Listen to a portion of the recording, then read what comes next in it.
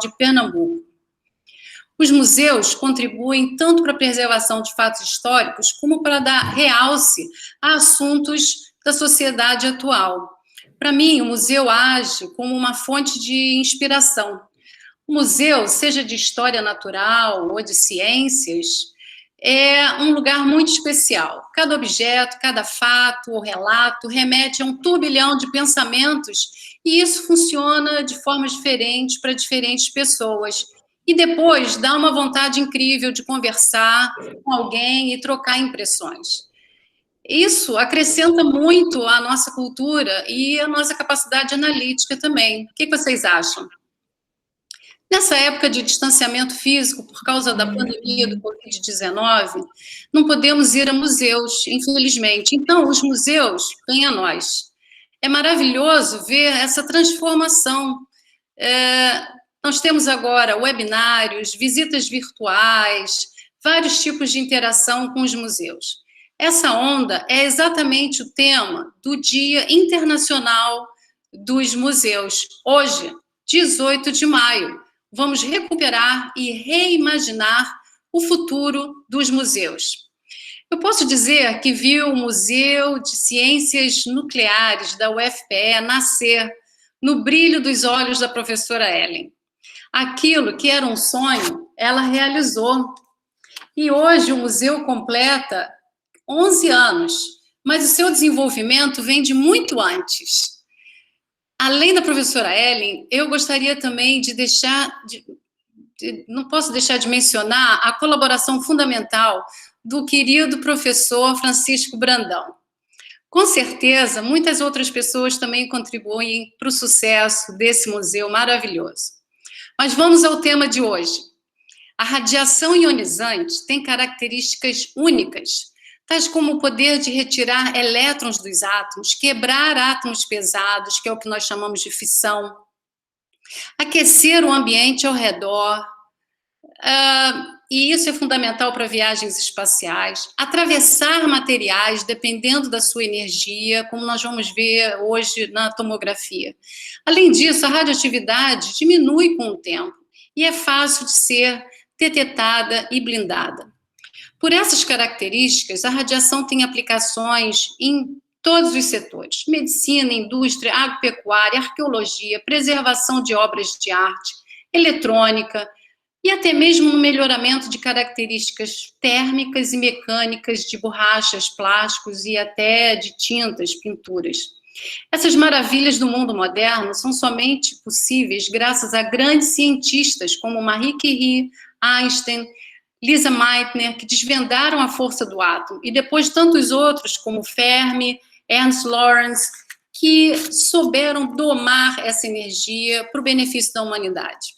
E no Museu de Ciências Nucleares, você pode tirar uma selfie com algumas dessas figuras importantes. Mas vamos agora focar nas aplicações da tecnologia das radiações para o combate ao Covid-19.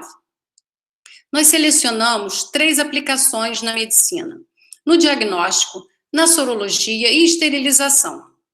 Existem outras áreas nas quais a energia nuclear nos auxilia muito, como os testes RT-PCR, que vocês já conhecem para detectar o vírus, e também, muito importante, um novo programa integrado de saúde pública e veterinária, o Zodiac, da Agência Internacional de Energia Atômica, que é um programa de pesquisa e que envolve várias instituições para detectar antecipadamente novos vírus que têm o potencial de serem prejudiciais ao ser humano.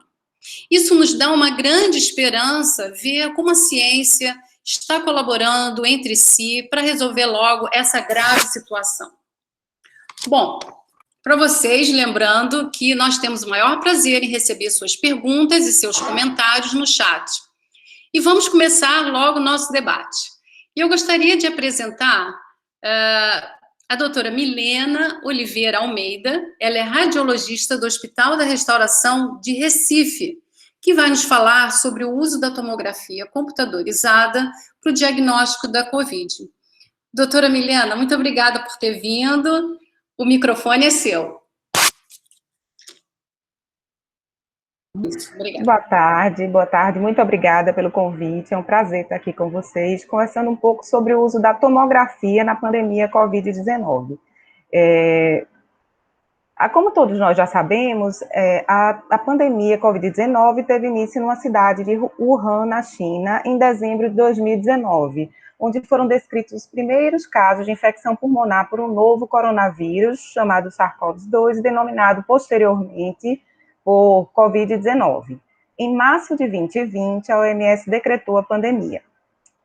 A doença pelo SARS-CoV-2 é uma doença, sem dúvida, multissistêmica, também como todos já sabem, mas o pulmão é, de longe, o órgão mais acometido e o maior responsável pela alta mortalidade pela infecção do SARS-CoV-2. Aí pode passar isso. A infecção pelo SARS-CoV-2, ele tem um espectro muito amplo de sintomas, que vai desde pacientes assintomáticos ou com sintomas leves, que ocorrem em cerca de 80% ou mais dos pacientes, e que chega até um espectro de doença grave e fatal, causada pela injúria pulmonar aguda. Os exames de imagem, dentre eles a tomografia, que é o que eu venho conversar um pouco com vocês hoje, tem prestado um papel fundamental no diagnóstico desses pacientes, no acompanhamento, na avaliação da extensão da doença desses pacientes e principalmente também nas complicações da doença. O meu objetivo é conversar um pouco sobre o papel da tomografia ao longo de toda a tomografia do tórax em toda a pandemia Covid-19 até o momento e descrever os principais achados tomográficos na Covid-19. O teste padrão ouro, que fique claro, para o diagnóstico da Covid-19 é a reação em cadeia de polimerase em tempo real, o RT-PCR.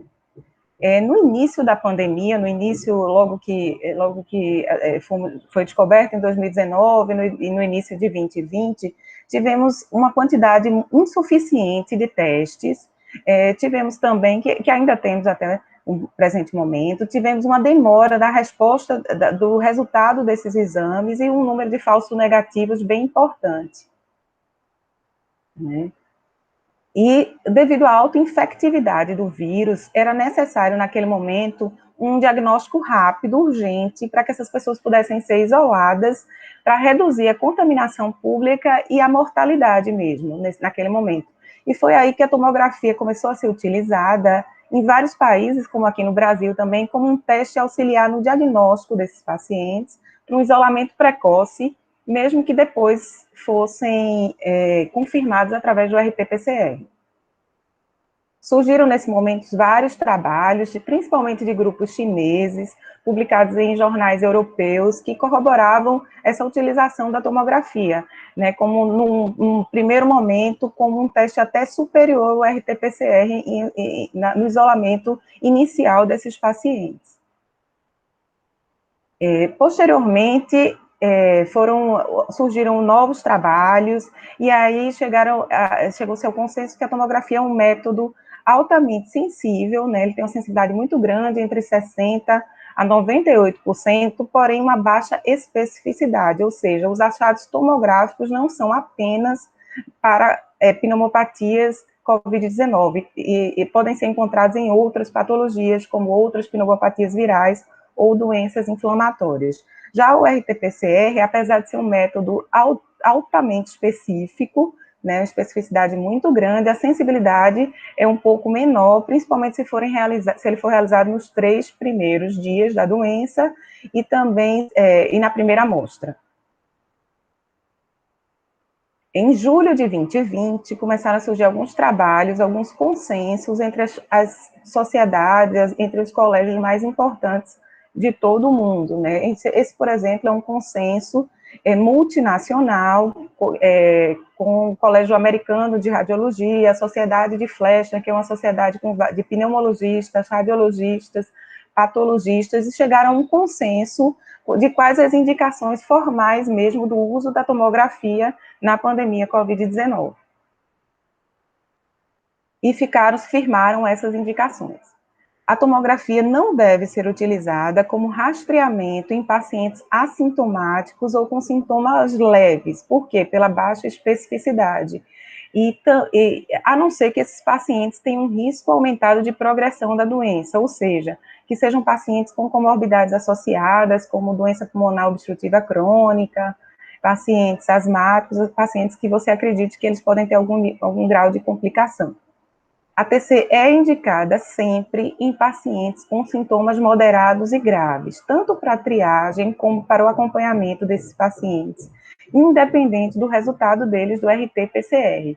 Por quê? Porque nesses pacientes, se eles têm sintomas moderados a graves, a tomografia pode ajudar no isolamento desses pacientes, no tratamento precoce, mesmo que posteriormente seja repetido o teste do RT-PCR. O exame de tomografia é indicado também para avaliação da extensão da doença.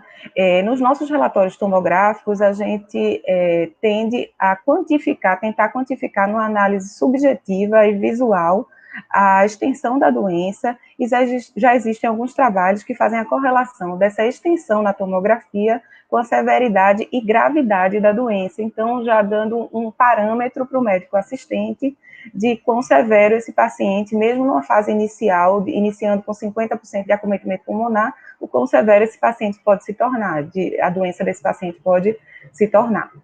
A tomografia, também não falei previamente, a tomografia para o diagnóstico de COVID-19 é uma tomografia de tórax sem a utilização do contraste, né? Aqui, a tomografia prestou um novo papel também nas complicações. Uma complicação bem frequente é o tromboembolismo pulmonar, que é a trombose de vasos de artérias pulmonares, né, que pode chegar a ser fatal, uma doença fatal. E a tomografia, utilizando o contraste, que é a angio-CT, é o exame de padrão ouro para o diagnóstico desses pacientes. Então, a tomografia também é indicada e presta um papel muito importante.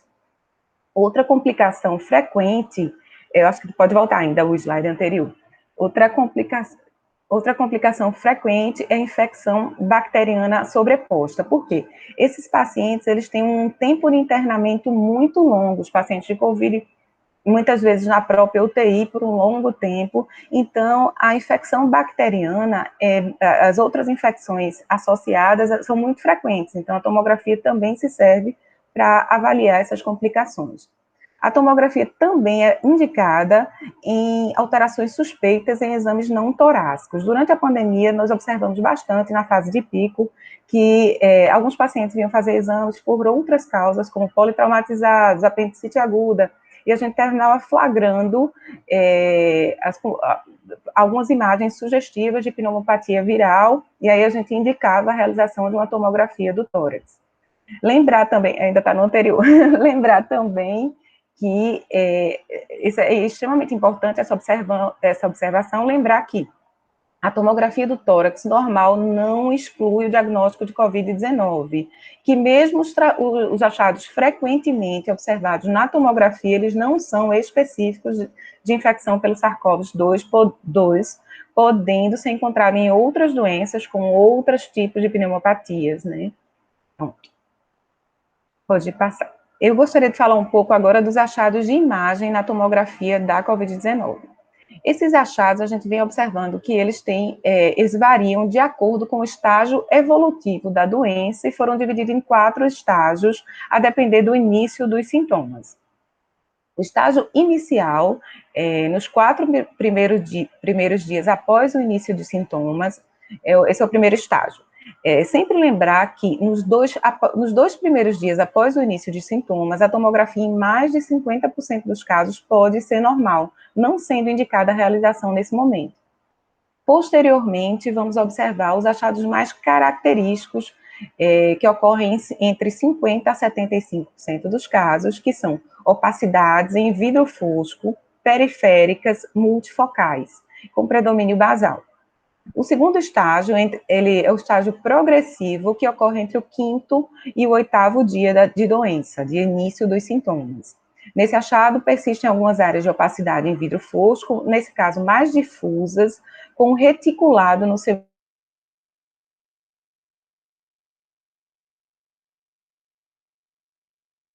terceiro estágio é o estágio inflamatório, que ocorre entre o 9º e o 13º dia. onde na tomografia o achado preponderante são as áreas de consolidação parenquimatosa. Persistem ainda algumas áreas de pavimentação em mosaico, mas predominantemente observamos os focos de consolidação bem frequentes. E o último estágio é o estágio de absorção, que ocorre após o 14º dia, onde há uma absorção gradual dos focos de consolidação e regressão dos achados tomográficos. Essa fase ainda não está muito bem estudada, ainda carecem de mais trabalhos, mas já tem sido observado nos últimos trabalhos que, em pacientes que foram submetidos à intubação ou à ventilação mecânica, há uma possibilidade de sequelas do tipo fibrose pulmonar, né, mas precisam de mais trabalhos para corroborar esse achado. Aqui são algumas imagens de tomografia computadorizada do tórax, no plano axial, na fase inicial, onde a gente consegue ver esses tênues focos de vidro fosco, periféricos e multifocais com predomínio em base. Na segunda fase, a fase progressiva, a gente vê esse reticulado no interior dos focos de infiltrado em vidro fosco, que na tomografia são denominados de pavimentação em mosaico. Na fase de pico inflamatória, o que a gente vê predominar na imagem são as áreas consolidativas.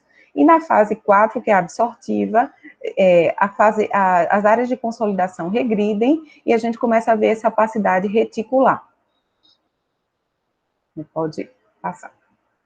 Esses são dois pacientes diferentes, com opacidades em vidro fosco focais, periféricas, são pacientes em fase inicial, onde a gente vê o vidro fosco, periférico, com predomínio basal e multifocal. São observados em até 50% a 75% dos pacientes. Pode passar. Essa é uma fase progressiva, com 5 a 8 dias de doença, onde o vidro fosco é mais difuso e observamos aquele reticulado do tipo pavimentação em mosaico. Aqui também outra fase, que está entre a fase de progressão e consolidação. A gente vê que esses achados periféricos, que são bem característicos da COVID-19, esse acometimento periférico e multifocal, com predomínio basal, começa já a haver a pavimentação em mosaico em algumas áreas, e em outras as áreas mais de consolidação. Esse também é um outro exemplo de um paciente de 31 anos, do sexo feminino, onde observamos a pavimentação em mosaico, basal e bilateral, são sempre acometimento bilateral. Nesse paciente, é uma fase de pico inflamatória, onde a gente já começa a ver uma maior consolidação na base, é uma doença mais consolidativa, então é a fase inflamatória do COVID. Pode passar. Esse aqui é um acometimento muito extenso numa paciente do sexo feminino de 49 anos, onde aqui anteriormente a gente vê ainda uma área de pavimentação em mosaico, mas posteriormente é uma extensa área de consolidação, com broncogramas aéreos, que é o que a gente chama esses brônquios passando por dentro da consolidação, e que nesse caso, por serem tão extensas, nesse momento a gente já não consegue mais dizer se essa paciente tem só um acometimento viral, ou se ela já tem um acometimento bacteriano sobreposto. É que a tomografia tem desempenhado um papel essencial no cenário da COVID-19, desde o início da pandemia, ajudando no diagnóstico e no isolamento dos pacientes, ajudando quando a gente tinha dificuldade com RT-PCR, e até hoje ajudando também na avaliação da extensão da doença, das complicações. A tomografia tem se mostrado um teste bastante sensível na detecção da pneumonia, embora por COVID-19, embora careça ainda de maior especificidade. A TC, quando ela apresenta um padrão típico de imagem, como eu demonstrei agora, essas opacidades em vidro fosco, periféricas, multifocais e basais, dentro de regiões endêmicas, favorece o diagnóstico da COVID-19, mesmo com um teste negativo de RT-PCR, esses pacientes devem ser isolados e, posteriormente, serem repetidos esse teste, devido ao número de falsos negativos do RT-PCR. O exame de escolha, sem dúvida nenhuma, padrão ouro para confirmação do diagnóstico é o RT-PCR em amostra de material de nasofaringe e orofaringe. A TC é sempre recomendada e indicada em pacientes com sintomas moderados a graves, inicialmente para avaliação da extensão desses pacientes e também na avaliação das complicações. Era essa a mensagem que eu queria passar hoje. Muito obrigada. Olha, excelente. Eu estou aqui, assim, ainda pensando em tudo que você falou, uma explicação super clara. O protocolo da indicação da tomografia e os achados típicos foi muito esclarecedor. Muito obrigada, doutora. Muito obrigada. E muito desculpa obrigada. a todos a interrupção, mas eu acho que a Milena, então, voltou e explicou a partir das imagens. Acho que não perdeu nada. Mas se tiver alguma pergunta, por favor, vão colocando aí no chat para a gente. Então, agora, eu vou convidar a doutora Mônica Matô, que ela é do Instituto de Pesquisas Energéticas e Nucleares, o IPEN. Vamos agora para São Paulo, e a doutora Mônica vai apresentar a técnica de inativação do vírus por radiação ionizante, que é usado para sorologia. Doutora Mônica... Oi, muito obrigada pelo convite. Estou compartilhando aqui a tela com vocês. Patrícia, por favor, me avise quando estiver aparecendo aí. Está chegando. Tá chegando. Tá, agora é só colocar em tela cheia. Tá, espera que entrou uma mensagem aqui no meio. Então, vamos lá.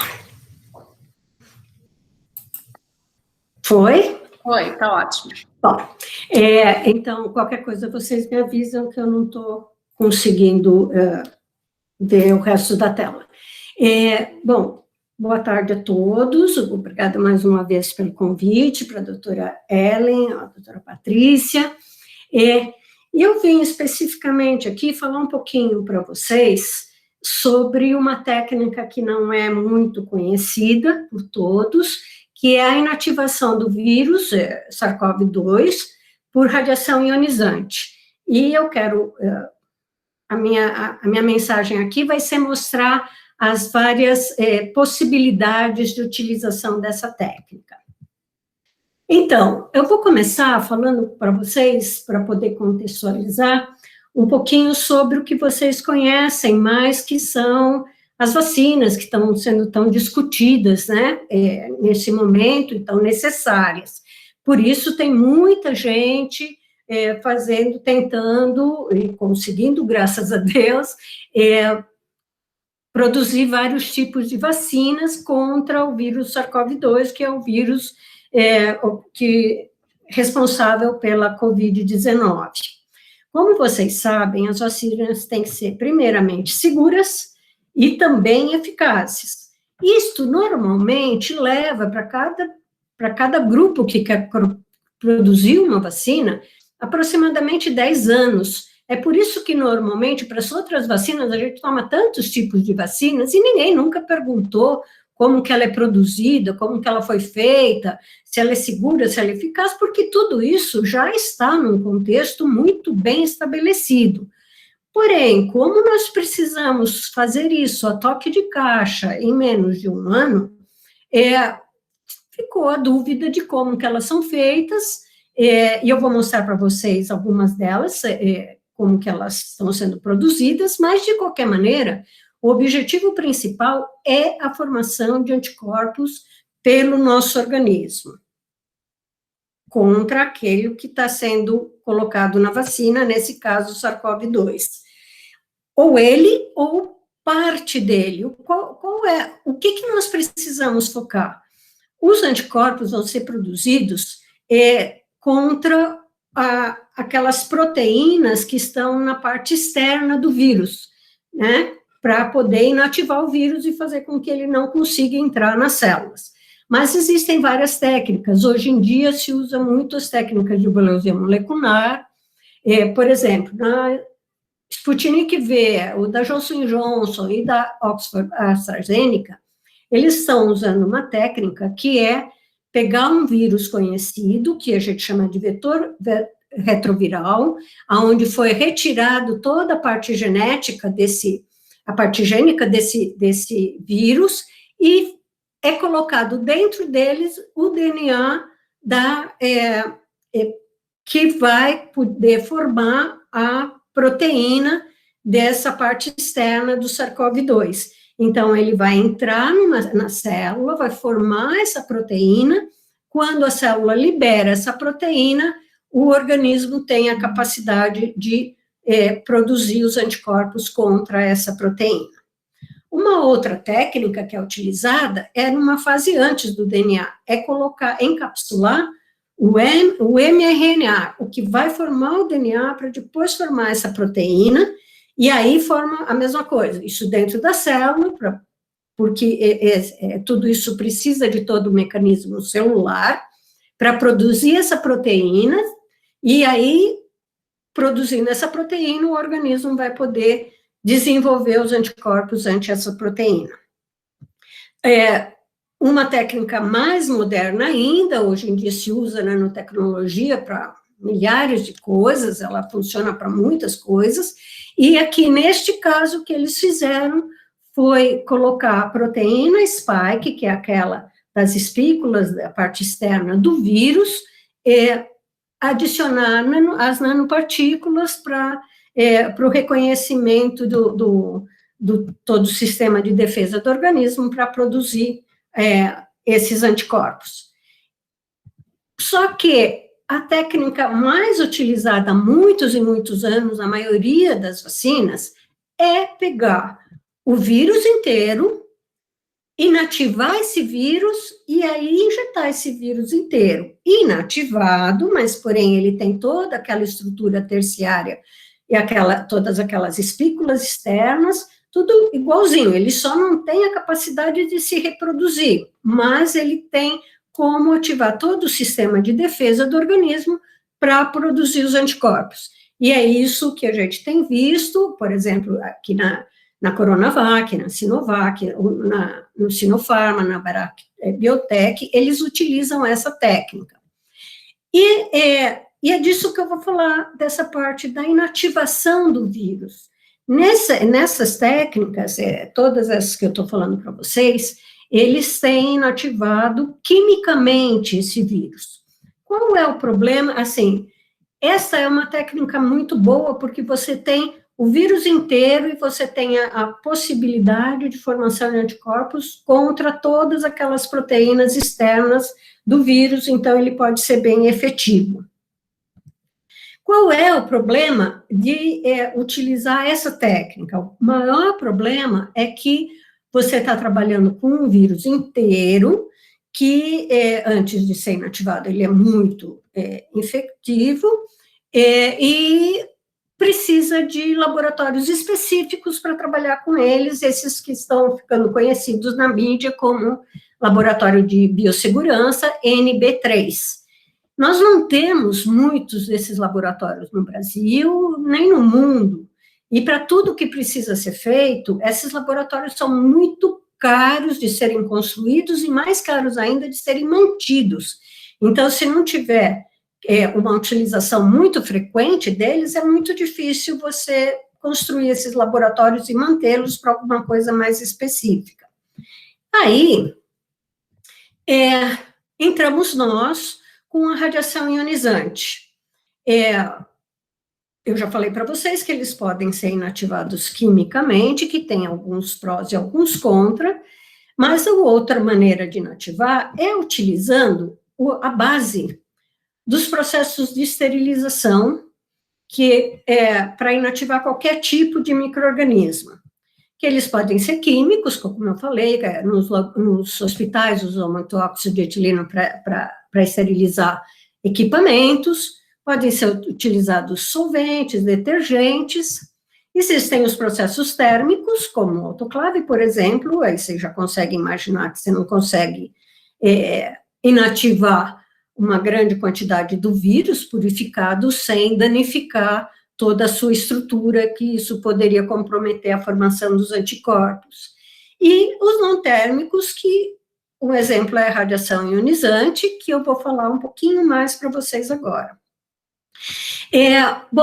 Para falar desse tipo de inativação, eu tenho que falar para vocês que nós começamos há mais de um ano uma parceria, quer dizer, retomamos uma parceria que já vinha de longa data com o vírus, com o Zika vírus, principalmente iniciando com duas pesquisadoras, que são a doutora Soraya Tia Calil Jorge e a doutora Viviane Botosso, que são virologistas do Butantan, para fazer esse estudo da inativação específica do SARS-CoV-2 por radiação ionizante. Hoje em dia tem muitos mais pesquisadores lá no Butantan, no IPEM também, para podermos agilizar todo esse estudo. E aí, vamos começar pela nossa parte, a inativação por radiação. Nós temos vários irradiadores no nosso centro, no IPEM, começamos utilizando os 2 irradiadores que nós estamos utilizando são fontes de cobalto-60, que produzem radiação gama. Este tipo de gama que eu estou mostrando para vocês é a gama-cel, onde nós começamos os estudos para determinar a radiosensibilidade desse vírus, porque o estudo é o mesmo, ou para fungos, para bactérias, para vírus, porém, cada um desses micro-organismos tem uma radiosensibilidade diferente, tem uma resistência diferente à radiação. Então, existem alguns já conhecidos, que estão tabelados, etc., mas para o SARS-CoV-2 não existia o que a gente chama, deixa eu pegar aqui o apontador, de D10, que é determinar qual é a dose de radiação em quilograus necessária para reduzir 1 log, ou seja, para reduzir 90% dessa população de micro-organismos viva, né? Então, esta é uma determinação muito importante, que é esse D10 inclusive, para cada cepa que surge do micro-organismo que a gente quer estudar.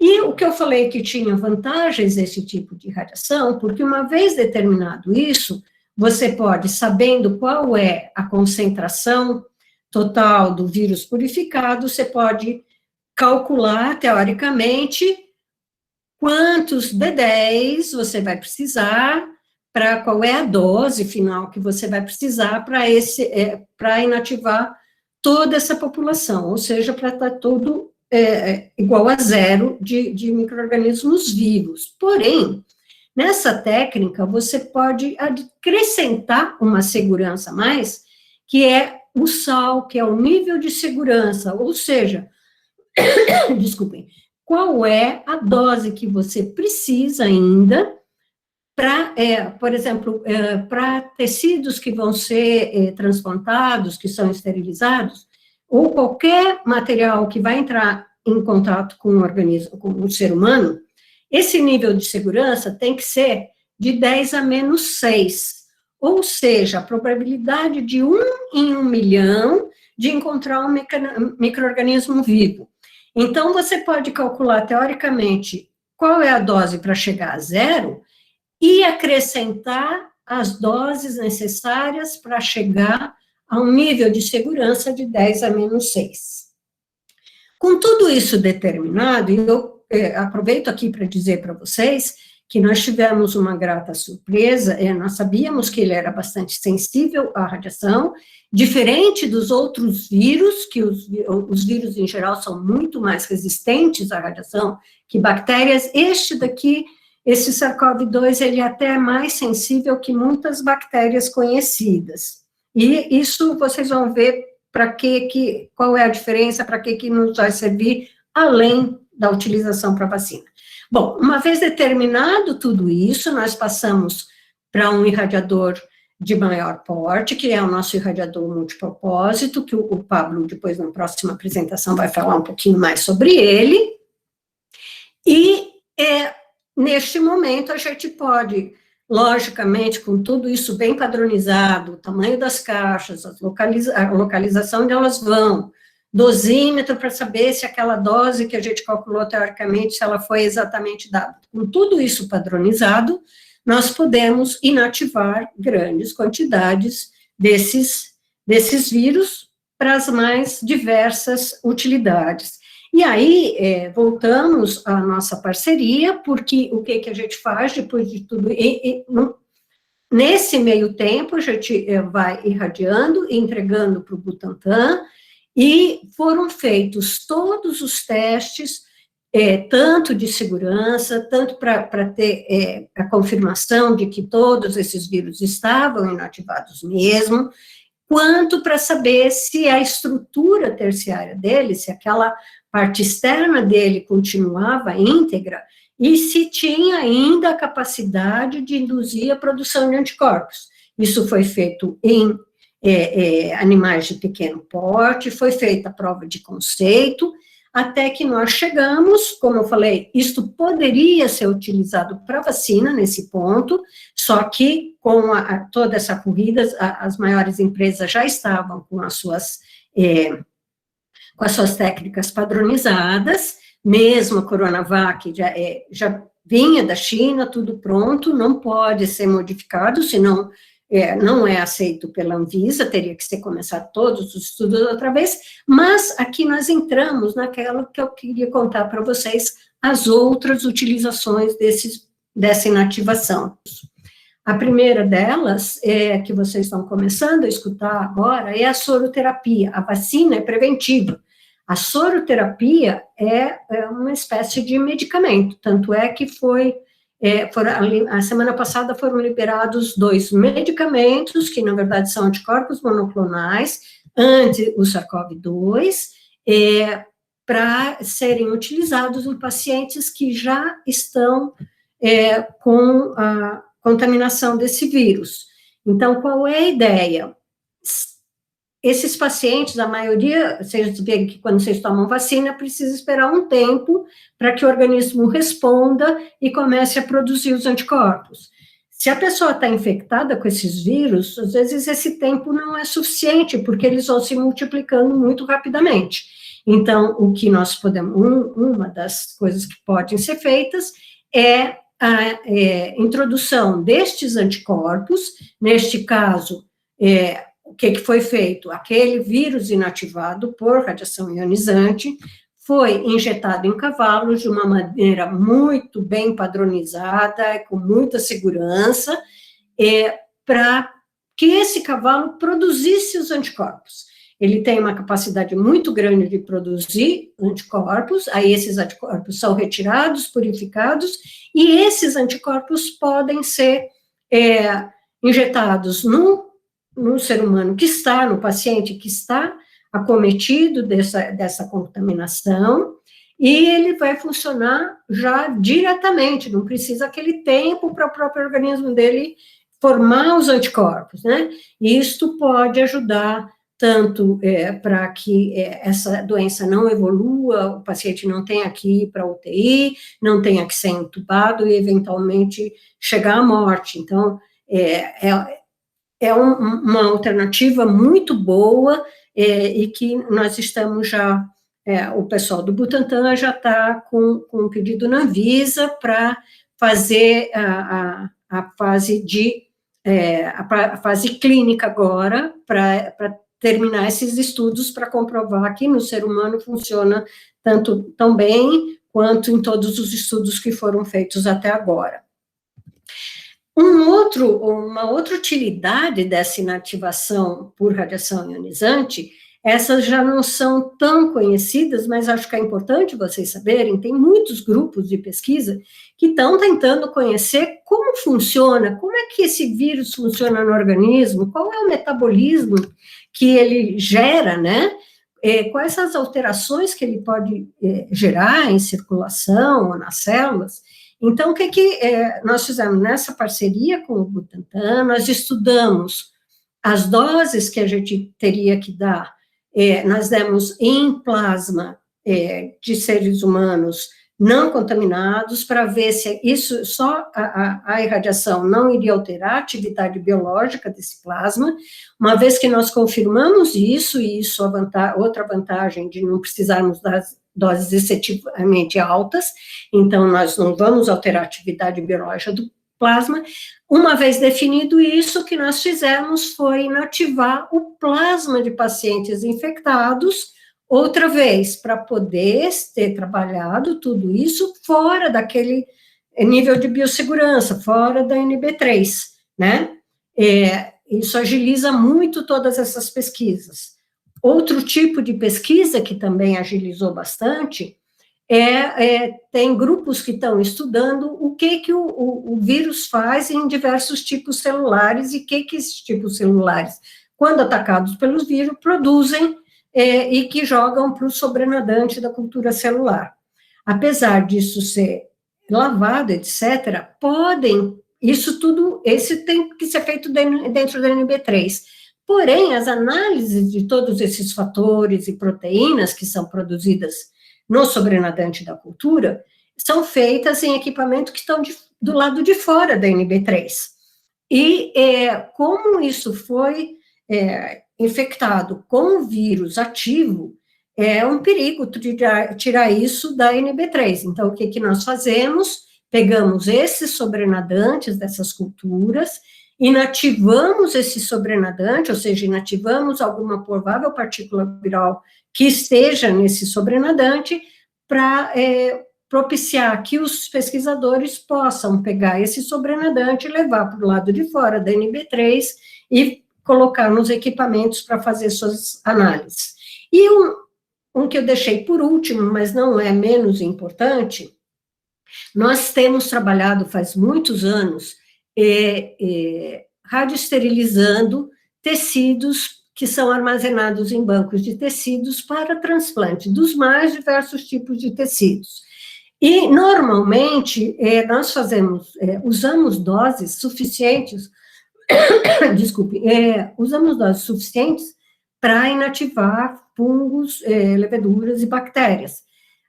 Não focamos tanto a inativação viral, porque, como eu falei para vocês, a maioria dos vírus tem uma resistência muito grande à radiação, e aí teríamos que dar doses muito altas para focar nesses vírus, e isso poderia alterar as características do tecido.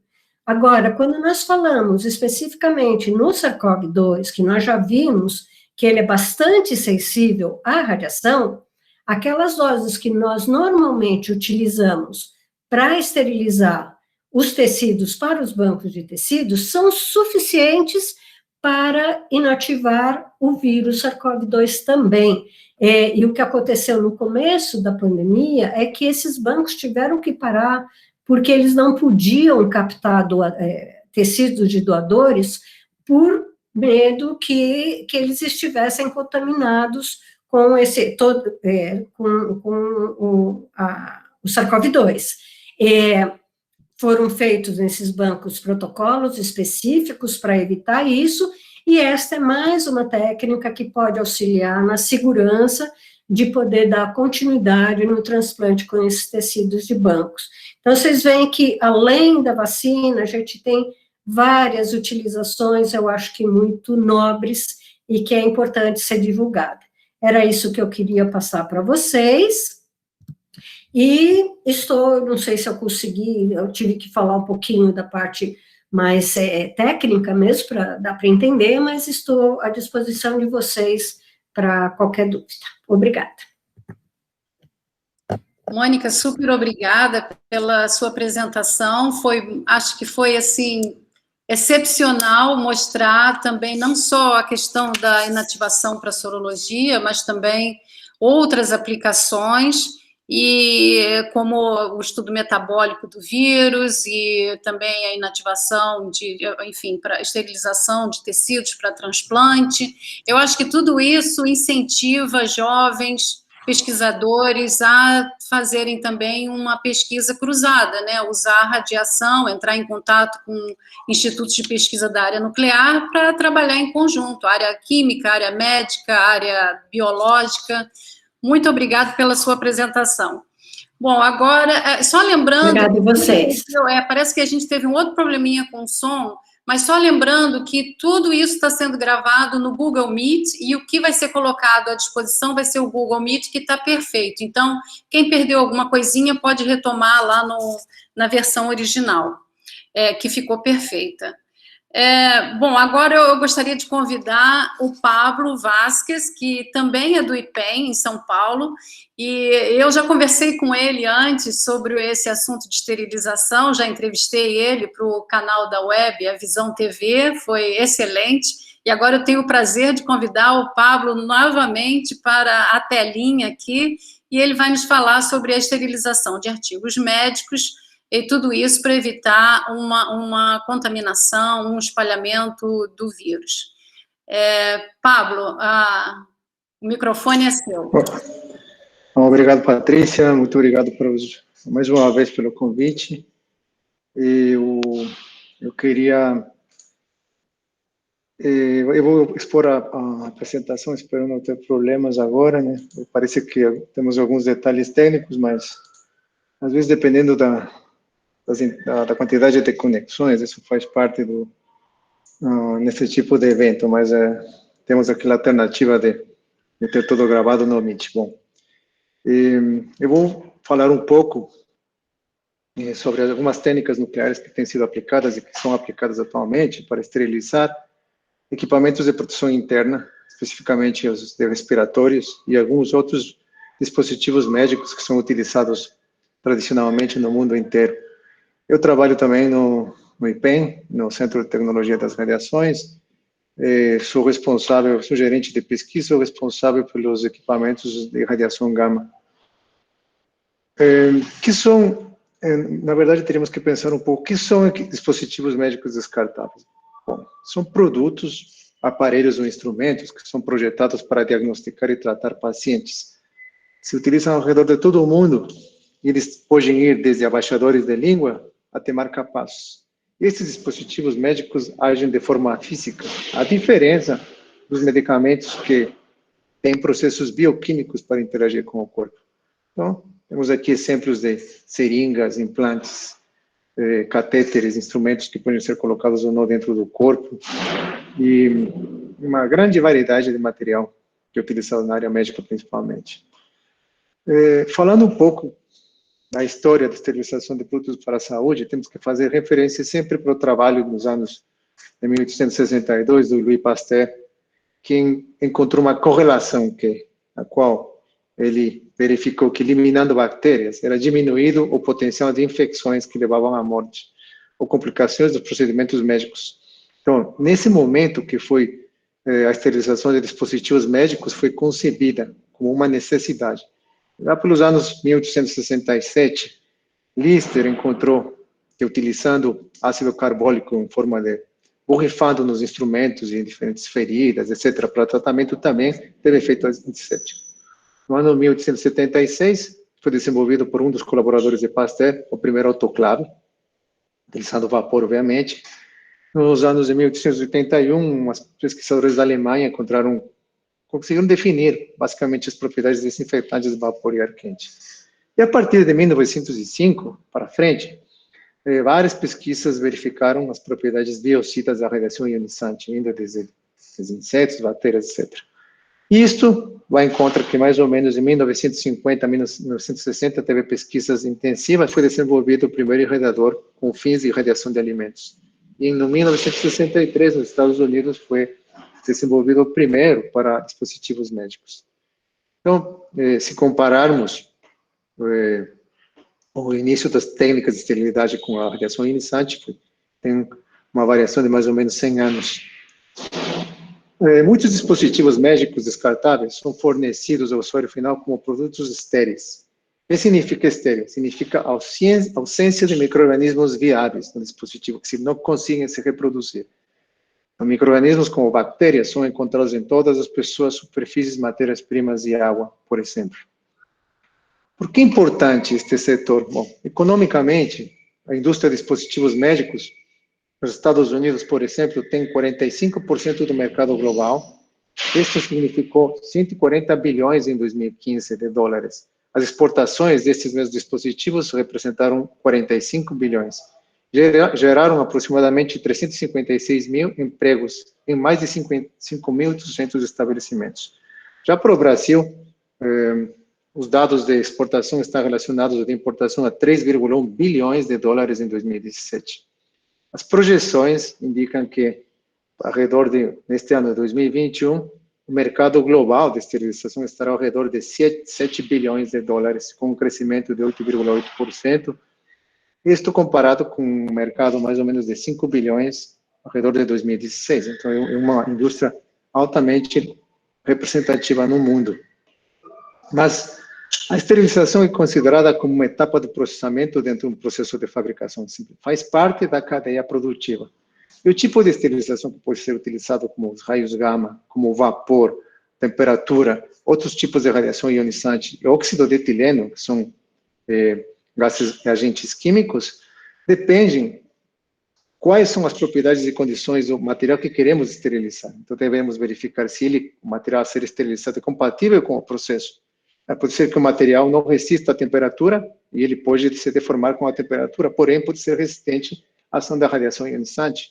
Pode ser que ele possa reter algum composto químico que fique contaminado depois do processo de esterilização. Então, temos que ver quais são as condições do material. Se temos disponibilidade do processo, então, se existe a própria fábrica, a própria instalação tem um sistema de esterilização dentro, ou deve enviar para um terceiro para esterilizar, as propriedades físicas do dispositivo, se estes processos são regulados pelo um órgão, por exemplo, a Anvisa, o volume a ser tratado é grande, é representativo ou pequeno, e produto é comercializado rapidamente, e, obviamente, o custo do processo de esterilidade, né? Também são fatores importantes que têm que ser vistos de forma global. Com relação ao mundo, acontece que a indústria de esterilidade, a indústria de esterilização, utiliza muito óxido de etileno, que é um gás químico que tem algumas condições negativas, ele é cancerígeno, ele tem alguns problemas também, é de difícil manipulação. A radiação ionizante, que pode ser dividida em raios gama e feixe de elétrons. A diferença é basicamente que uma fonte radioativa e outra uma máquina elétrica.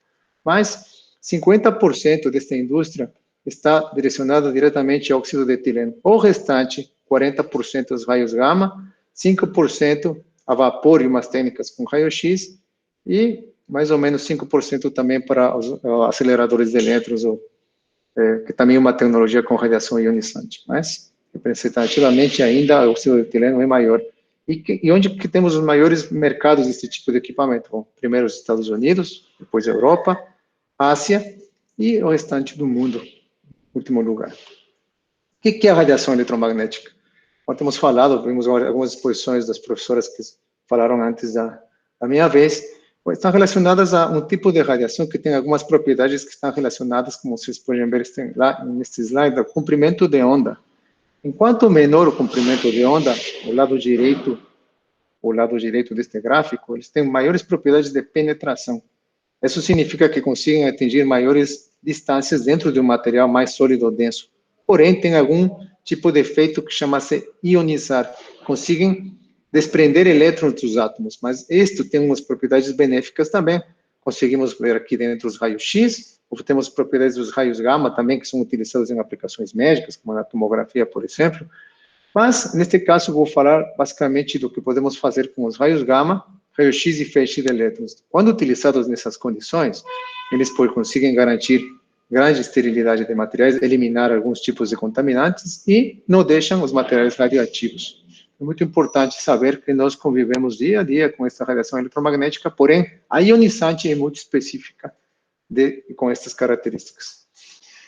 Todo este processamento se conhece como irradiação ou processamento por radiação, onde nós basicamente definimos como o uso desse tipo de radiação, raios gama, feixe de elétrons e raio-x, para induzir efeitos em produtos irradiados. Esses efeitos podem ser de 3 tipos: efeitos físicos, químicos e biológicos. Nesta apresentação, vou me referir basicamente aos biológicos, onde, como efeitos biológicos, temos a ação biocida da radiação gama ou radiação ionizante, onde podemos eliminar, inibir, esterilizar tanto insetos quanto micro-organismos, como bactérias ou fungos, e como falou o Dr. Mônica, obviamente podemos inativar diferentes tipos de vírus. Para este processo, temos diferentes variáveis correlacionadas, como a radiosensibilidade, como foi explicado, é a quantidade de radiação que elimina ou que inativa 90% de uma população. A contaminação inicial, o bioburden, a gente conhece como que tão contaminado estava o material, e o nível de garantia de esterilidade, até onde queremos chegar com a radiação. Queremos eliminar todos, queremos deixar parcialmente estéril, que nível de garantia de esterilidade queremos. Tudo isso está correlacionado numa norma, basicamente, que se conhece como ISO 11137. Então, é um guia especial, onde todos os irradiadores do mundo podem aplicar as boas práticas para este processamento, onde temos algumas condições para validar os processos de irradiação, a primeira parte da norma. Temos também o controle, como se faz o controle de rotina da quantidade de radiação que a gente coloca nos materiais. E isso também está correlacionado com a parte segunda, onde nos indica que quantidade de radiação devo colocar para obter a esterilidade. E de uma forma também está relacionado com a inativação do vírus, que a doutora Mônica tinha comentado. Com relação a isso, tem algumas pesquisas, além da feita pela gente aqui no Brasil, onde mais ou menos encontramos que vários desses tipos dos vírus, RNA, SARS, MERS, ou SARS-1 também, tem doses que variam entre 2 ou 3 kg, são suficientes para inativar 80% da população. Mas isto também está relacionado com o material que é tratado. Não só se trata de eliminar o contaminante, se trata de eliminar o contaminante e de não afetar o material que estamos esterilizando, por exemplo, máscaras, luvas, seringas. Vocês podem ver na metade do gráfico uma espécie de linha com duas cores, onde temos um intervalo de dose, a dose mínima que tem que ser aplicada e a dose máxima que poderia ser aplicada. A mínima é a que garante efeito esterilidade ou inativação. E a máxima é a que também garantindo este efeito de esterilidade ou inativação, não deteriora o material. Então, para garantir esses dois valores, esta janela, este intervalo de trabalho, devemos também estudar os efeitos dos materiais com a radiação ionizante. Isso também tem sido feito ao longo dos anos, verificando a compatibilidade do material com a radiação ionizante, a funcionalidade, morfologia, etc., com diferentes propriedades. E assim podemos reduzir um intervalo de trabalho que garante o efeito biológico e não deteriora ou degrada o material que está sendo tratado. Os efeitos biológicos, basicamente, eles destroem os micro-organismos e assim, tendo uma forma geral, um olhar de forma genérica, podemos obter esterilidade de produtos médicos, inclusive produtos farmacêuticos, tecidos orgânicos para transplante, biomateriais, podemos descontaminar produtos alimentícios, podemos atrasar o amadurecimento de frutas, vegetais, inibir o brotamento e mutações, e também temos tecnologias ambientais que podem tratar água contaminada, água de esgoto, água residual, lamas, etc. Então, são umas aplicações que já têm sido estudadas e nas quais sempre temos que ter como fundamento a quantidade a ser aplicada, que é a dose de radiação. Segundo a dose de radiação, temos um efeito desejado. E, obviamente, temos novas aplicações que estão relacionadas ao desenvolvimento de novos materiais, como a radioesterilização de produtos médicos, cirúrgicos, biológicos, cosméticos. Vocês podem ver aqui algumas imagens de fio cirúrgico utilizado para sutura, que é de origem animal. Isso pode ser tratado, inclusive, por recomendação da Anvisa com radiação ionizante. É uma técnica que não aumenta a temperatura, é feita ao frio, e também não contamina e não põe em contato o material com um elemento químico que possa vir contaminar um paciente.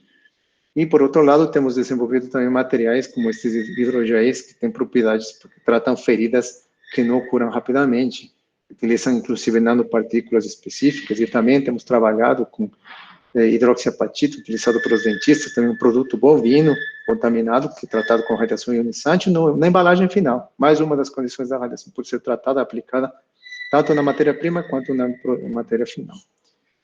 Com relação a isto, o que temos disponível no IPEM? Bom, basicamente, eu acredito que a maior porcentagem de aplicações de esterilidade são feitas no irradiador gama, do irradiador multipropósito de cobalto 60, irradiador de tecnologia nacional.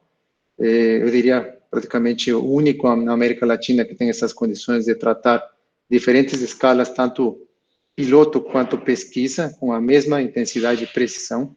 E, por outro lado, temos aceleradores de elétrons, aqui também no centro, que também conseguem obter um efeito desejado. A diferença principal é que os elétrons não penetram tanto quanto a radiação gama. É basicamente isso. E podemos um acelerador e uma máquina elétrica que podemos ligar e desligar, enquanto as fontes radioativas armazenamos no local temporário. Adicionalmente, temos um projeto de uma unidade móvel que está em construção atualmente pelo IPEM, que no futuro, conseguirá levar esta tecnologia para locais mais afastados, onde poderia tratar águas residuais, lodos, etc. Basicamente, o processo bem simples, um irradiador gama desta capacidade, o que consegue blindar a fonte radioativa, as fontes radioativas dentro de uma piscina profunda, que faz às vezes de blindagem. Quando o material é colocado dentro da câmara de radiação, basicamente, as fontes radioativas saem por um elevador especial e irradiam o que se encontrar dentro de uma câmara blindada. O material é exposto em diferentes condições por um tempo determinado e depois as fontes radioativas elas voltam para o fundo do tanque e isso deixa o local seguro para que os operadores e pessoas que manipulam o material possam entrar e recolher o material. Bom, em resumo, o que pode ser feito com a radiação ionizante? Bom, nesta época da pandemia, basicamente, acho que o mais importante seriam 2 pontos: a esterilização e descontaminação, higienização de dispositivos médicos, como máscaras e EPIs, e o que falou a doutora Mônica relacionado à inativação de vírus, a Covid-19, para a produção de vacinas e testes. Porém, temos uma terceira aplicação que também está sendo pesquisada, que está relacionada a desenvolver novos materiais, membranas, tecidos, nanopartículas, etc., que possam também oferecer uma proteção longa e duradoura para certos materiais. A radiação ionizante, basicamente, ela elimina, esteriliza, mas ela não fica perene, nem fica presente, ela desaparece à velocidade da luz após a exposição. Então, o material que possa estar estéril, ele pode se recontaminar se as condições não são adequadas. Então, eu sempre falo isso, a radiação ionizante é um processo curativo. Ele não prevém, ele trata o que já foi afetado, ou deixa em condições para tratamento. Então, estas máscaras que nós começamos a estudar com os projetos relacionados com a Agência de Energia Atômica, geralmente são divididas em 3 tipos. As máscaras profissionais, que são as N95, PFF2, PFF3, que são utilizadas basicamente pela área médica inicialmente, são umas máscaras que protegem tanto de contaminação interna quanto externa. As máscaras cirúrgicas, que são as mais comuns, que geralmente são sempre utilizadas pelos dentistas, né? Atualmente você pode encontrar em qualquer farmácia, que mais protege mais que a gente contamine as pessoas de fora. E as máscaras não profissionais ou caseiras, que são as de tecido, que têm sido usadas extensivamente durante esta pandemia, que são uma condição um pouco mais fácil de atingir diferentes níveis sociais e de levar esta produção de máscara para a população. Então, quando estudamos quais eram os efeitos em diferentes máscaras, nos deparamos com algumas surpresas. Este processo foi feito porque queremos garantir que, na falta de máscaras, conseguíamos reciclar várias delas utilizando a radiação ionizante. Isto para ajudar os diferentes hospitais no início da pandemia. E verificamos que as máscaras cirúrgicas podem ser tratadas com doses relativamente altas. Por quê? Porque, na verdade, num hospital não somente tem a Covid-19, não somente tem o vírus da SARS-CoV-2, tem outros problemas, outras doenças, bactérias, etc. Então, a dose a ser aplicada não é tão baixa quanto a D10. Então, estudamos o material e podem ser aplicadas doses muito altas para eliminar o problema de bactérias. As máscaras de tecido no profissional também foram tratadas e podem ser tratadas. Essas máscaras são tratadas com doses um pouco mais baixas, porque, na verdade, aqui estamos controlando as condições de fabricação das máscaras. E as máscaras profissionais, bom, basicamente, tivemos um problema. Descobrimos que quando elas têm um filtro eletrostático, a radiação não pode ser utilizada. Se existe, por quê? Porque a radiação faz um efeito de descarregar, tirar a carga. E estas máscaras funcionam com essa carga elétrica para deter partículas muito pequenas. Porém, existem outras N95 que não têm material eletrostático que podem ser tratadas com radiação ionizante. Então, o que o PEN fez? O PEN iniciou vários projetos para ajudar pessoas em inclusão social, para ajudar costureiras, profissionais, informais, presidiários, etc., para utilizar máscaras de tecido.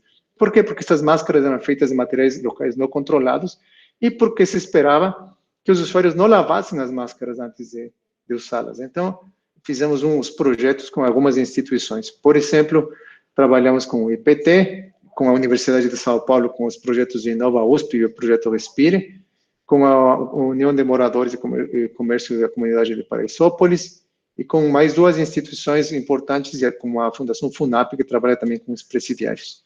Isto junto com os laboratórios da Politécnica da USP, com o Instituto de Física e obviamente, o IPEN. Com o projeto Respira da Inova USP, fizemos irradiamos, eu acho que de 50 mil assim, máscaras por semana no início da pandemia, onde elas foram distribuídas basicamente no Hospital das Clínicas e no Hospital Universitário, e também para os profissionais da USP. O mesmo, vocês podem ver exemplos aqui do material sendo tratado pelas costureiras, que foram também parte do projeto, oferecendo emprego para elas. O mesmo fizemos com a Paraisópolis, com o projeto Costurando Sonhos, onde também tratamos, o projeto era de 1 milhão de máscaras, obviamente para doação para comunidades carentes, no caso especificamente aquela comunidade, exemplos das máscaras sendo distribuídas, o mesmo com o Plano Internacional, onde levou essas máscaras no início para a região norte, Amazônia, aqui do Brasil. As máscaras chegaram, foram distribuídas para as pessoas, etc., em diferentes condições, as que melhor foram encontradas na situação do momento. O mesmo com a FUNAP, que era uma fundação que trabalha com os presidiários aqui do país, onde a ideia era justamente tratar essas máscaras com radiação ionizante. Depois vem exemplos do trabalho sendo feito no radiador multipropósito do IPEN, um trabalho feito assim tentando demonstrar como que a tecnologia é importante, como a ciência é importante no momento de crise no país. Como você pode transferir de uma forma, aparentemente uma pequena parte, mas uma tecnologia que seria inatingível, inalcançável em outras condições. Então, finalmente, este tratamento não representa risco para o usuário final, visitante ou ambiente. Os materiais tratados não se tornam radiativos, o processo é altamente eficiente porque a radiação penetra em todos os materiais. A radiação elimina todos os contaminantes simultaneamente, os mais sensíveis até os mais resistentes à radiação. Objetos de grandes tamanhos podem ser tratados, vocês podem ver aqui à direita um irradiador industrial de maior porte, também fabricado pelo IPEN, tratando grandes pallets e containers sendo movimentados, tomando um banho de radiação dependendo da dose necessária. Os intervalos são feitos, os tratamentos em intervalos realmente curtos, dias ou horas. O tratamento é feito à temperatura ambiente. Não existe quarentena após irradiação, isso é diferente dos outros processos, obviamente porque não tem contaminação após o processo de irradiação. Então, é uma ferramenta bastante eficaz e bem estabelecida, que tem demonstrado ser eficaz nesta pandemia. Finalmente, eu acredito que isso foi uma advertência, então temos que estar preparados para, provavelmente, a próxima situação que espero que a humanidade tenha aprendido como agir nesses momentos difíceis. Muito obrigado pela atenção. Pablo, muito obrigada pela excelente apresentação. E eu queria dar parabéns para todos os palestrantes, porque vocês têm trabalhado incansavelmente nessas áreas, respondendo imediatamente às demandas, enfim, os resultados estão aí, né? Então, eu agora vou passar para a parte de perguntas. Eu acho que vocês podem colocar a imagem de vocês, né? Abrir a imagem, o som, para a gente fazer um debate. E o que veio de pergunta pelo chat, inicialmente para a doutora Mônica, como saber se o vírus foi inativado e se já tem artigos científicos sobre, enfim, esse trabalho que está sendo feito. Eu aproveito também para incluir, essa inativação de vírus já foi feita com outros vírus anteriormente, aí já teria artigos científicos, talvez já teria dado. Na verdade, assim, a técnica de inativação de vírus por radiação já é bastante conhecida faz muitos anos. Porém, diferente de vírus que já estão aí há algum tempo, que já são conhecidos, existem tabelas, inclusive, que dão aquele D10 que eu falei, já estão mais ou menos estipulados, dependendo em que material que eles são inseridos, etc. Mas esses vírus mais novos já não tem tanta coisa. Como o Pablo mostrou na tabelinha lá dele, existem já as definições de D10 para alguns outros SARS-CoV, né, o MERS, aqueles outros que já tinham aparecido antes, que são da mesma família, porém, para o SARS-CoV-2 está começando agora só.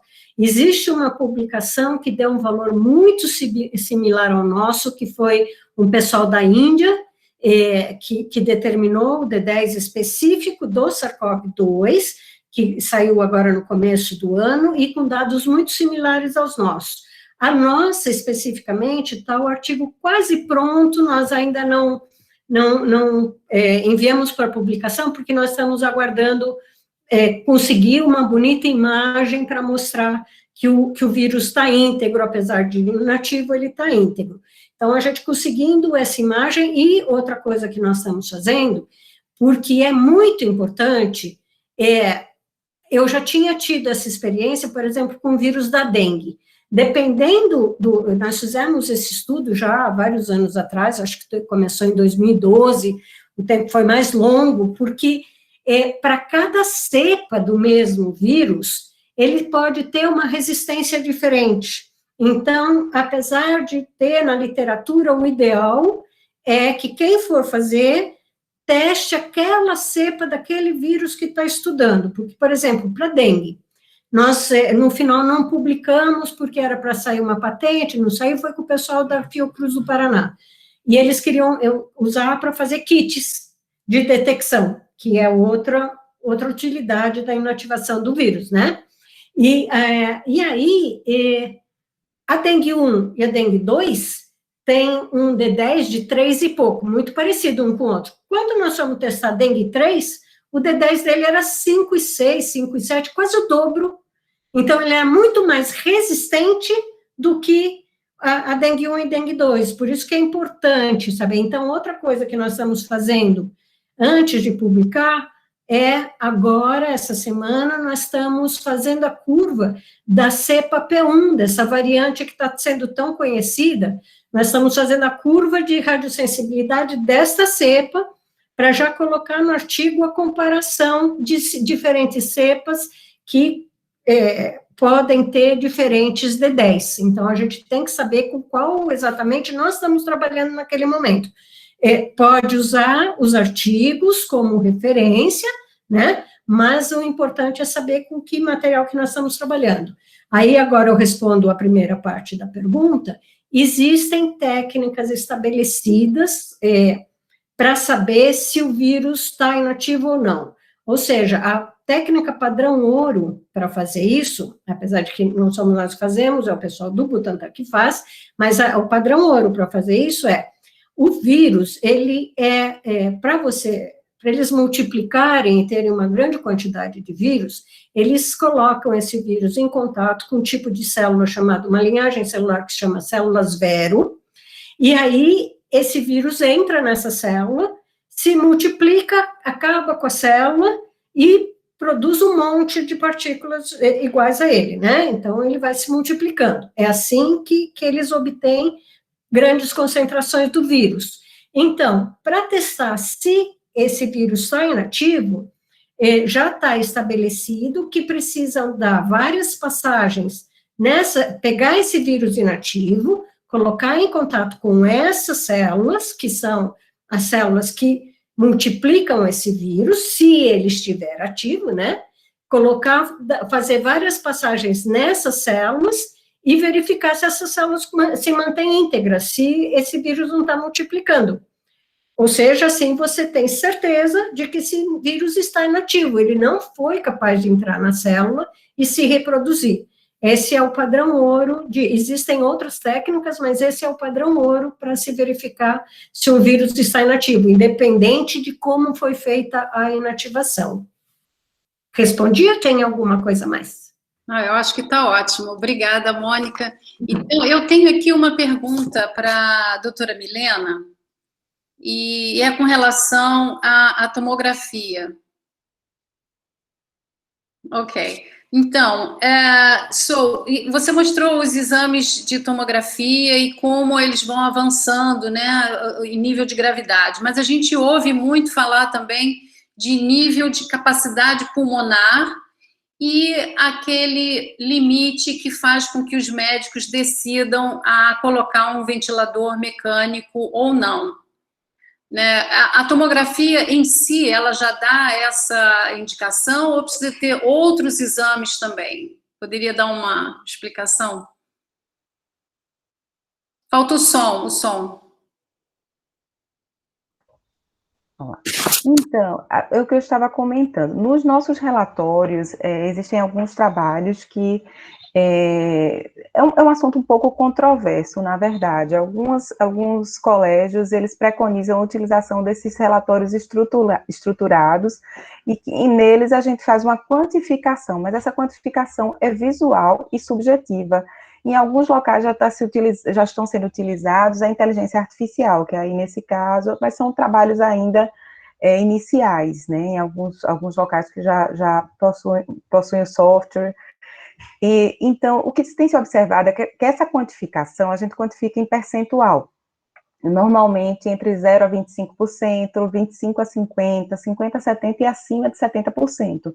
E tem se observado que há realmente uma correlação com a severidade, com a gravidade desses pacientes, mas assim, não com um ponto específico de utilização ou não do tubo, ou de indicação para UTI. Não, a gente consegue fazer uma correlação com a gravidade. Aqueles pacientes que já inicialmente, já tem um acometimento de mais de 50% do parênquima pulmonar numa avaliação inicial, são pacientes que têm uma probabilidade de um quadro mais severo. Pacientes que em fase inicial têm entre 0 a 25%, são pacientes que provavelmente vão evoluir de uma forma menos grave. Mas, assim, não tem ainda um ponto-chave que a gente diga, não, esse paciente a gente vai ter, ela deve ser utilizado junto com todos os sintomas, né, ou com todos os achados clínicos, com os achados de laboratório também, mas a gente vê que a tomografia tem uma correlação direta com todo o sintoma, em correlação com os achados clínicos e com a gravidade desses pacientes. Tá ótimo. Então, tem um campo aí também de tecnologia para ser desenvolvido, né? De inteligência artificial. Isso, a inteligência artificial vai ajudar bastante aí também. Pablo, eu tenho também uma pergunta para você, que eu gostei muito do que você falou, né? Me chamou a atenção que vai ter, então, um acelerador móvel. O Brasil está prestes a inaugurar um acelerador móvel. E isso é bastante interessante, né? Que pode levar a vários lugares e fazer, enfim, vários trabalhos. Mas a gente sabe que aqui no país tem uma certa carência de radiadores e aceleradores, porque a demanda, como você mostrou, é imensa. Pode ser usado em alimentos, artigos médicos, para limpeza de esgoto. Enfim, você pode falar um pouquinho aí do número de radiadores, da demanda, o que você espera no futuro que vai acontecer aí em termos de escala e radiadores comerciais? Obrigado, Patrícia. Realmente uma boa colocação essa com relação à tecnologia. A demanda é grande, mas como eu tinha um professor que falava isso há muitos anos atrás e continua o mesmo, se todas as pessoas que utilizassem tecnologia diferente àquela que utiliza produtos químicos gasosos ou temperatura mudassem hoje para a tecnologia com radiação ionizante, não teríamos como atender essa demanda porque não existem irradiadores suficientes. Essa é a conclusão fundamental. Então, de forma global, a recomendação é que os países, as instituições de pesquisa ainda continuem desenvolvendo, ainda continuem adquirindo maiores unidades. Um país tão grande quanto o Brasil é um país que é um alvo econômico-comercial para a instalação de mais irradiadores. Se a tecnologia e o produto se tornam adequados para o comércio, para a população, quando tem concorrência. Então, é interessante que no país exista entrada de outros tipos de companhias que também oferecem esse serviço. O irradiador móvel foi um projeto da Agência Internacional de Energia Atômica, do Instituto de Pesquisas Energéticas e Nucleares, onde fizeram um projeto TC, uma comparação técnica ao longo do tempo, e basicamente o irradiador, a parte da estrutura está sendo feita no Brasil, e o acelerador veio da Coreia, assim, basicamente tecnologia equivalente à russa, um acelerador linear, que não precisa muita energia por causa de quais são as aplicações ambientais. E a tendência que se acredita que talvez até 2050, das últimas perspectivas, é que sejam já disponíveis os irradiadores de raio-x, que serão equipamentos que oferecem as vantagens da radiação gama, sem o risco da manipulação de fontes radioativas, daquele problema de transporte, de licenciamento. Seria praticamente um equipamento de raio-x que você consegue ligar, ele é perigoso, e desligar e deixa de ser perigoso. porém, ainda a tecnologia não chegou nesse ponto e o custo ainda é relativamente caro. Temos 2 ou 3 irradiadores de raio-x ainda operando no mundo, alguns em escala semi-industrial, outros piloto, porém a tendência é essa. Assim, raio-x oferece essa oportunidade, provavelmente ainda estamos à beira, né? Mas a tendência é essa, como toda tecnologia, com o tempo tem tendência de diminuir e se tornar um pouco mais comercial. Perfeito. Vamos ver, então, o modelo de gestão, investimentos privados, eu acho que tudo isso aí é um campo muito fértil, né? Mônica, apareceu uma pergunta aqui, que é com relação eu creio que ao nível de D10, então a pergunta é, apenas 90% de inativação seria suficiente para vacinas ou produção do soro?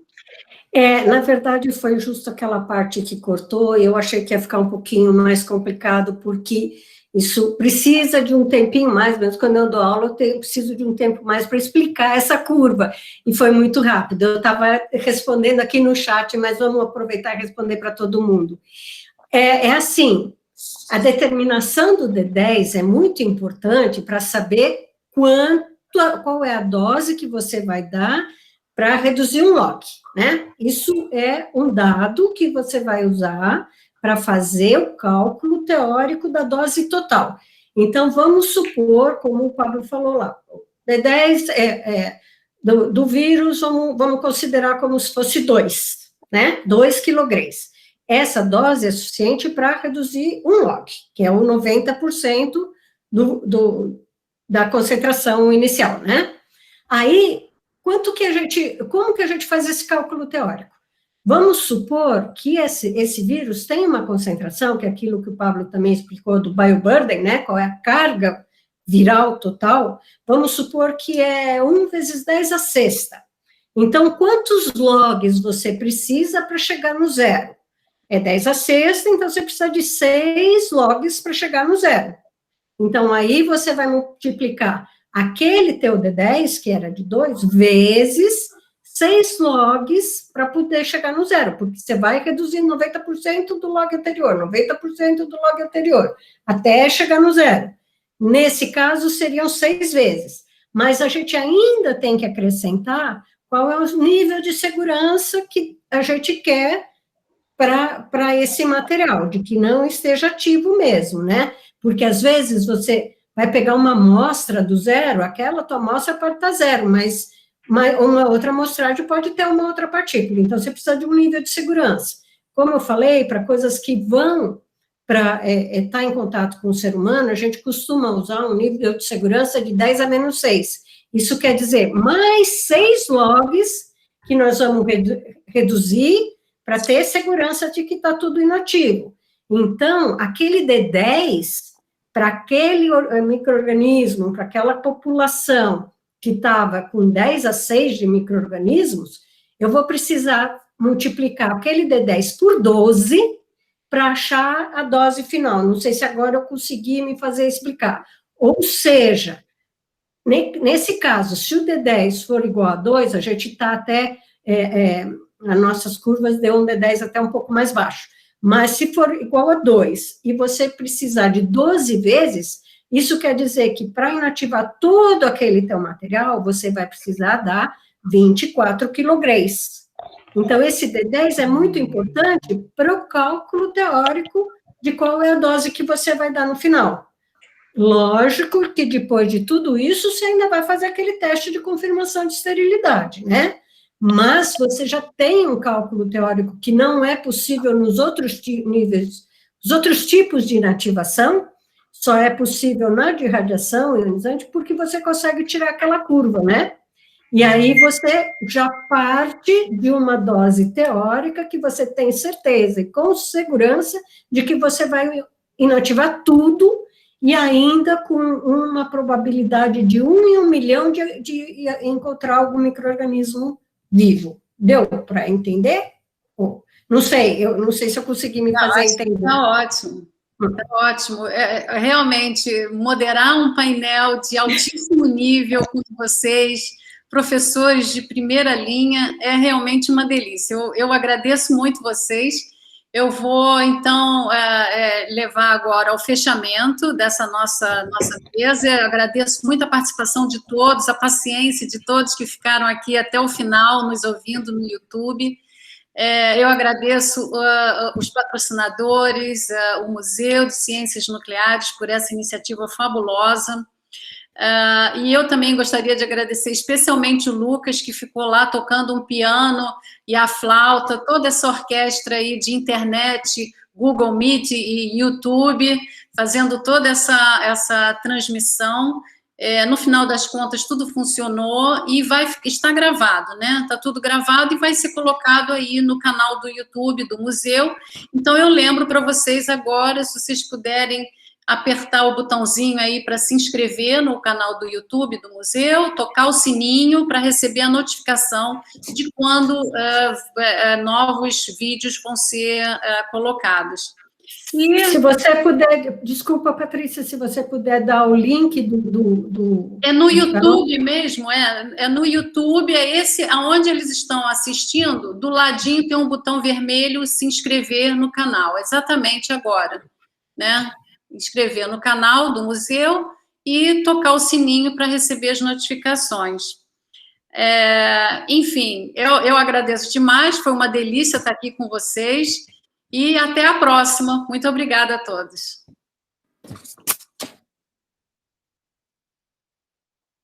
Tchau, obrigada. Obrigada. Pessoal, muito obrigada, foi excelente. Todas as apresentações espetaculares. Que bom, também gostei das apresentações. Foi um pequeno problema de internet. Depois, quando o Lucas mudou para o 3G, deu estabilidade. Mas acontece, infelizmente, tecnologia tem suas limitações às vezes. Mas eu adorei muito, foi muito, muito legal. Obrigada, viu? Valeu muito. Que bom, obrigada a você pelo convite. Obrigada. Pode encerrar, Lucas, pode encerrar. Obrigado. Nada. Eu vou fazer um ajuste, cortar essas paradas, cortar essas coisas no vídeo, e quando tiver ok, a gente vai disponibilizar. Um dia ou dois a gente já disponibiliza, tá bom? Ok. Valeu, obrigada, querida. Ok, imagina, um prazer.